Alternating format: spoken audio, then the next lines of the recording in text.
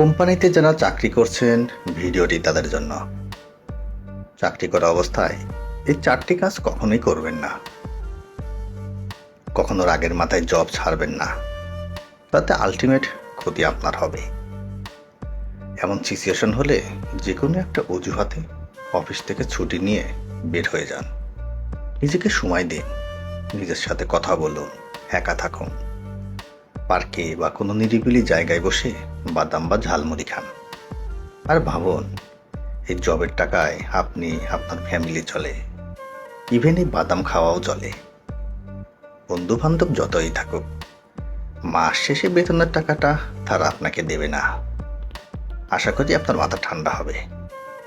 না হলে খুব তিতা সত্য একটা কথা বলি, শূন্যস্থান পূরণ হয়ে যায় দ্রুত। কারণ ভাত ছিটালে কাকের অভাব নেই এ শহরে। কখনো অফিসে বসে অফিসের বদনাম করবেন না, সমালোচনা করবেন না। ভালো না লাগলে জব খুঁজে বর্তমান জব ছেড়ে দিন। মাস গেলে এই অফিসে কিন্তু আপনাকে বেতন দেয়, তাই অনৈতিকভাবে এই কাজগুলি আপনি করতে পারেন না।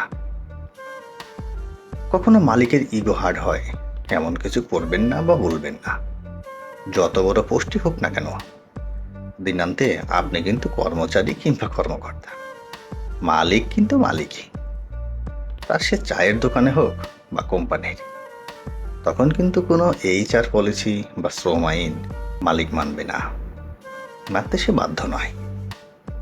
কখনো নিজের সামান্য সুবিধা বা লাভের জন্য অন্য কলিগের পিছনে লাগবেন না, ক্ষতি করবেন না। মনে রাখবেন, আর যার জন্য আপনি গর্ত খুঁড়ছেন, খাল তার চাইতেও বড় গর্তে আপনি পড়বেন। সকাল সকাল একটা ভিডিও ছাড়লাম ফ্রেন্ড, তোমরা সবাই লাইক করো, সাবস্ক্রাইব করো, ভালো লাগলে পেজটাকে ফলো করো। ওকে, থ্যাংক ইউ সো মাচ।